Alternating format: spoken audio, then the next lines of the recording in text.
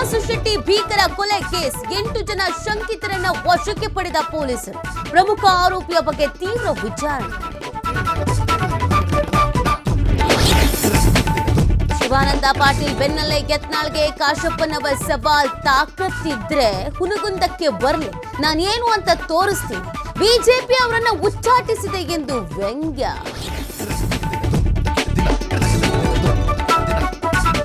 ಕೃಷಿ ಹೊಂಡದಲ್ಲಿ ಬಿದ್ದು 3 ಬಾಲಕರು ನೀರು ಪಾಲು. ಬೆಳಗಾವಿ ಜಿಲ್ಲೆಯ ಇಂಗಳಿ ಗ್ರಾಮದಲ್ಲಿ ದಾರುಣ ಘಟನೆ. ಸ್ನೇಹಿತರು ಸುತ್ತಾಡಲು ಹೋದಾಗ ದುರಂತ. ಪಹಲ್ಗಾಮ್ನಲ್ಲಿ ಹಿಂದೂಗಳ ಹತ್ಯಾಕಾಂಡ. ಮೋದಿ ಬಳಿ ರಾಜನಾಥ್ ಸಿಂಗ್ ರಷ್ಯಾ ಪ್ರವಾಸ ರದ್ದು. ಗಡಿಯಲ್ಲಿ ಉದ್ವಿಗ್ನ ಪರಿಸ್ಥಿತಿ ಹಿನ್ನೆಲೆ ಗೈರು. ಭಾರತದ ಮುಂದಿನ ನಡೆಗೆ ಬೆದರಿದ ಪಾಕ್ ಪ್ರಧಾನಿ. ವಿಶ್ವಸಂಸ್ಥೆ ಬಳಿಕ ಮುಸ್ಲಿಂ ರಾಷ್ಟ್ರಗಳ ಮೊರೆ ಹೋದ ಪಾಕ್.